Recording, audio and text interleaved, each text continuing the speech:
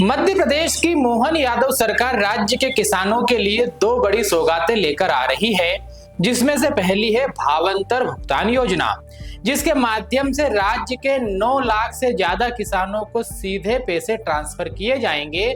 और दूसरी योजना है जिसके माध्यम से फसल बेचने के 72 घंटे के अंदर किसानों को उनका पैसा अकाउंट में ट्रांसफर कर दिया जाएगा। दोनों योजनाएं क्या है, एक एक पहलू बताऊंगा।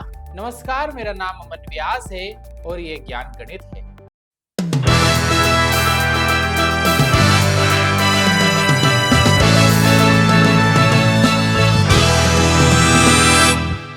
मध्य प्रदेश की भावांतर भुगतान योजना क्या है, ये समझिए। तो राज्य की सरकार हर साल हर फसल का एक मॉडल रेट तय करती है।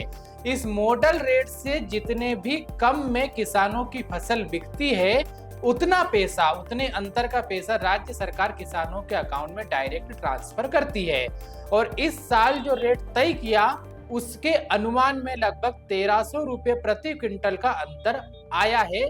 और इसीलिए राज्य के मुख्यमंत्री सीएम मोहन यादव ने घोषणा की है कि 13 तारीख को एक भव्य कार्यक्रम में किसानों के अकाउंट में उनकी ये राशि अंतरित कर दी जाएगी। और सरकारी आंकड़े के अनुसार 9 लाख से अधिक किसानों को 13 नवंबर को बड़ी सौगात मिलने वाली है।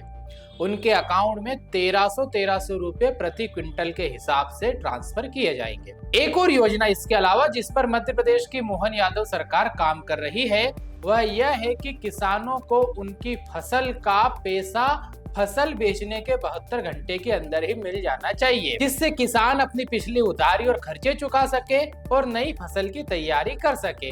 दरअसल मोहन यादव सरकार किसानों के लिए 3 सूत्रीय एजेंडे पर काम कर रही है। पहला यह है कि किसानों की पूरी फसल जितनी भी उनकी उगाई होती है वो खरीदी जाए। दूसरा यह कि उन्हें फसल का पूरा दाम मिले। और तीसरा यह कि उनका जो दाम है वो उन्हें तुरंत मिलना चाहिए।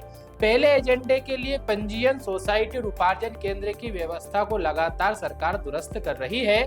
इससे किसानों की पूरी फसल खरीदी जाती है। दूसरा एजेंडा यानी फसल का पूरा दाम, तो उसी के लिए सरकार भावांतर जैसी योजना चलाती है, जिससे किसानों को फसल का पूरा दाम मिले। और तीसरा एजेंडा है किसानों को दाम सही समय पर मिले। सीएम यादव चाहते हैं कि फसल बेचने के 72 घंटे बाद किसानों को उसके पैसे मिल जाने चाहिए। इसलिए राज्य सरकार केंद्र सरकार के साथ मिलकर अकाउंटिंग की व्यवस्था में बदलाव करने पर लगातार काम कर रही है।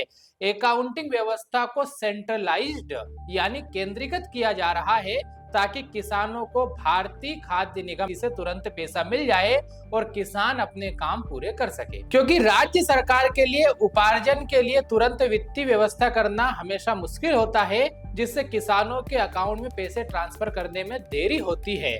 इस व्यवस्था के लागू होने पर फसल खरीदी की व्यवस्था वैसी ही रहेगी जैसी अभी है, उसमें किसी भी प्रकार का बदलाव नहीं होगा। यानी पंजीयन सोसाइटी और उपार्जन केंद्र से ही खरीदारी होती रहेगी, केवल अकाउंटिंग व्यवस्था में बदलाव होगा। इससे किसानों को बहुत फायदा होगा। तो ये दो सौगात है जो मध्य प्रदेश की मोहन यादव सरकार किसानों के लिए लेकर आई है। आपको ये रिपोर्ट कैसी लगी, साथ ही आप किस बारे में और सुनना चाहते हैं, जानना चाहते हैं, हमें कमेंट करें। मध्य प्रदेश की हर खबर के लिए द जर्नलिस्ट को सब्सक्राइब करें। धन्यवाद।